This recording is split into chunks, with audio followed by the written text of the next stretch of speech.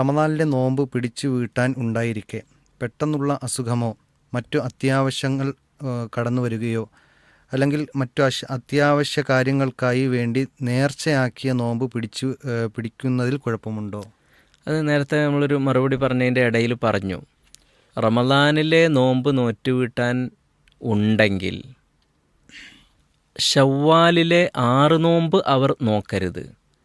കാരണം റമദാനിൽ ബാക്കിയുണ്ടെങ്കിലേ ഇത് ആകുള്ളൂ, 6 നോമ്പാകുള്ളൂ. അതല്ലാത്ത ബാക്കിയുള്ള നോമ്പുകളൊക്കെ അവർക്ക് നോക്കാവുന്നതാണ്. ഇപ്പം മുഹറം 9, 10 അതവർക്ക് നോക്കാവുന്നതാണ്. ദുൽഹിജ്ജ മാസം വരികയാണെന്നുണ്ടെങ്കിൽ ദുൽഹിജ്ജ 9 അറഫാ ദിനം നോമ്പ് അവർക്ക് നോക്കാവുന്നതാണ്. ഇങ്ങനെയുള്ള നോമ്പുകൾ, സുന്നത്ത് നോമ്പുകളൊക്കെ അവർക്ക് നോൽക്കാവുന്നതാണ്. എന്നാൽ ഈ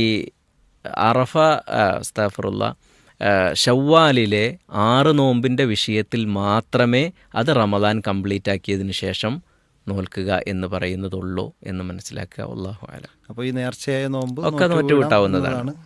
മാത്രമല്ല ഈ നേർച്ചയെക്കുറിച്ച് പറയുമ്പോൾ ഈ നേർച്ച സ്വയം ഒരു ബാധ്യതയായിട്ട് ഏറ്റെടുക്കുന്നതാണ് ഇസ്ലാമിൻ്റെ അതൊരു കാഴ്ചപ്പാട് കൂടി ഒന്ന് പറഞ്ഞാൽ നന്നാവും. ഇത് നേർച്ചകൾ പൊതുവെ അത് സ്വതക്കയാകട്ടെ മറ്റേ ഇബാദത്തുകളാകട്ടെ എല്ലാം നേർച്ച നേരാതെ നമ്മൾ ചെയ്യുക എന്നതാണ് അതിൻ്റെ പുണ്യം. നേർച്ച നേർന്നാൽ അത് നമ്മെ സംബന്ധിച്ചിടത്തോളം നമുക്ക് തന്നെ നമ്മളൊരു ബാധ്യത ഉണ്ടാക്കിയിട്ട് ഇനി എങ്ങനെയെങ്കിലും ഇത് നോറ്റ് വീട്ടണമല്ലോ, അല്ലെങ്കിൽ ചെയ്ത് തീർക്കണമല്ലോ, അല്ലെങ്കിൽ കൊടുത്തൊഴിവാക്കണമല്ലോ എന്ന നിലക്ക് അതൊരു ബാധ്യതയായി നിർബന്ധമാക്കിയിട്ട് കൊടുക്കുക എന്നതല്ല അതിൻ്റെ പുണ്യം. നേർച്ച കൊണ്ട് പ്രത്യേകിച്ച് ഒരു ഗുണവും ലഭിക്കുകയില്ല. അത് നമുക്ക് തോന്നുകയാണ് നേർച്ചയാക്കിയാൽ അതിൻ്റെ ഗുണം ഇങ്ങനെ ചെയ്യും, നേർച്ചയാക്കിയാൽ ഇങ്ങനെ കിട്ടും. അങ്ങനെയല്ല. നമ്മൾക്ക് അള്ളാഹുവിൻ്റെ മാർഗത്തിൽ ആർക്കെങ്കിലും വല്ലതും നമ്മൾ കൊടുക്കാൻ ഉദ്ദേശിച്ചിട്ടുണ്ടെങ്കിൽ അത് കൊടുത്തിട്ട് നമ്മൾ അത് മുൻനിർത്തിക്കൊണ്ട് നമുക്ക് പ്രാർത്ഥിക്കാം.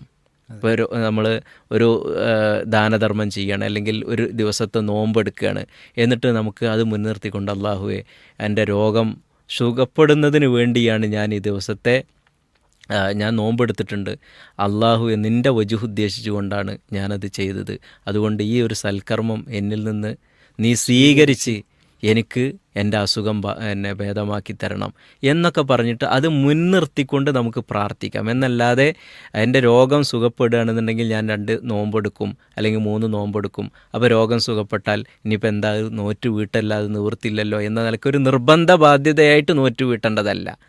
നമ്മളൊരു നല്ല കാര്യമായി നിർവഹിച്ച് ചെയ്യേണ്ടതാണ് യഥാർത്ഥത്തിൽ കാര്യങ്ങൾ.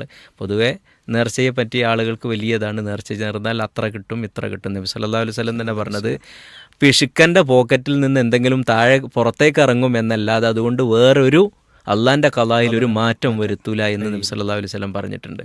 എന്നാൽ നന്നായി പ്രാർത്ഥിക്കുകയാണെങ്കിൽ അതിന് ഫലം കിട്ടും. അപ്പോൾ പ്രാർത്ഥനയാണ് ചെയ്യേണ്ടുന്നത് എന്നർത്ഥം. ജസാക്കല്ലാഹു ഖൈർ.